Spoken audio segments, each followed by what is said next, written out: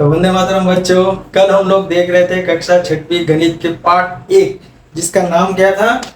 ज्यामिति की मूलभूत संकल्पनाएं। तो बच्चों, कल हम ज्यामिति की मूलभूत जो संकल्पनाएं है उसमें हम लोगों ने क्या देखा था?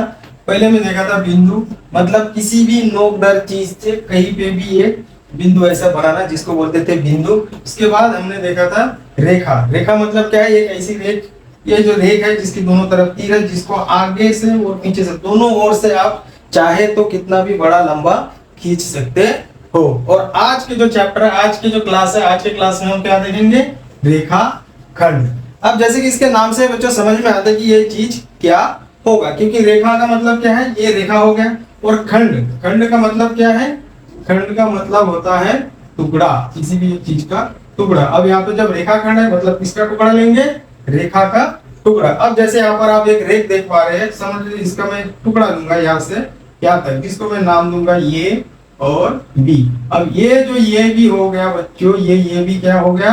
रेखा खंड, जिसके दोनों तरफ पे तीर नहीं रहते, दोनों तरफ पे पॉइंट्स रहता है। अब ये पॉइंट क्यों रहता है? क्योंकि ये जो रेखा खंड जो है इसको बढ़ाया नहीं जा सकता, वो जितना है उतना ही रहता है। तो ये हो गया आपका रेखाखंड। रेखाखंड के बाद अगला जो चीज हम लोग देखेंगे वो है किरण। अब किरण क्या है बच्चों? किरण ये नाम आप लोगों ने सुना होगा।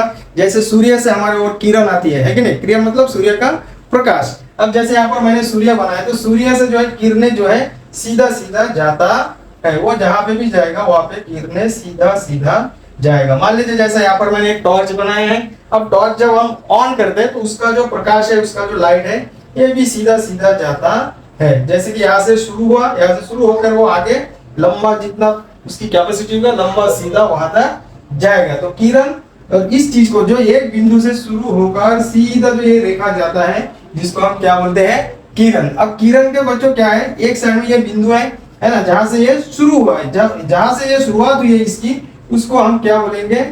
उसको हम बोलेंगे किरण की जो है आरंभ बिंदु। जैसे यहाँ पे एम बिंदु से जो है ये किरण शुरू हुआ है, तो एम क्या होगा? इसका आरंभ बिंदु। और उसके साथ साथ इस किरण को अगर पढ़ना है, इसका नाम क्या होगा? किरण यम यन। और ये जो किरण है, जिस साइड से तीर है, इस तीर के साइड में आप चाहे कितना भी बढ़ा लो, ये पहाड़ कहीं भी सीधा जितना दूर जाता है उतना दूर सीधा चला जाएगा। ठीक है, तो आज हमने क्या देखा? रेखाखंड मतलब किसी भी रेखा का एक टुकड़ा। और दूसरी चीज हमने देखा है किरण। किरण मतलब जिसकी खासियत क्या है? किरण का एक आरंभ बिंदु होता है जहां से शुरू होता है, शुरू होने के बाद सीधा एक साइड वो बढ़ते जाता है, जिसके वजह से उसकी एक साइड में हम तीर दिखाते हैं। और किरण को पढ़ा कैसे जाएगा? किरण एम एन। उसी प्रकार इस रेखाखंड को अगर हम पढ़ेंगे तो क्या होगा? रेखाखंड ये बी। तो बच्चों, आज का जो अपना क्लास है, अपने क्लास में बस इतना ही। किरण और रेखा, कल हमने बिंदु और रेखा देखा था। आज हमने देख लिया है रेखाखंड और किरण। और आपके लिए होमवर्क के तौर पर आप क्या रहेगा? आपको कोई भी एक रेखाखंड बनाना है और कोई भी एक किरण, उसको बना के उसके नाम सहित बनाना है, उसको एक नाम भी देना है। अब यहाँ पर ध्यान में रखने वाली एक बात क्या है बच्चों? जैसे ये जो रेखाखंड है, इसको रेखाखंड आप बी ए भी बोल सकते हो, लेकिन ये जो किरण है, इस किरण को हम किरण एन एम ऐसा उल्टा इसको हम पढ़ नहीं सकते, क्योंकि ये यहाँ से लेके सीधा यहाँ बड़ा है। तो इसको हम कैसे पढ़ेंगे? एम एन ही पढ़ेंगे। तो आज के क्लास में बस इतना ही। Thank you, bye bye.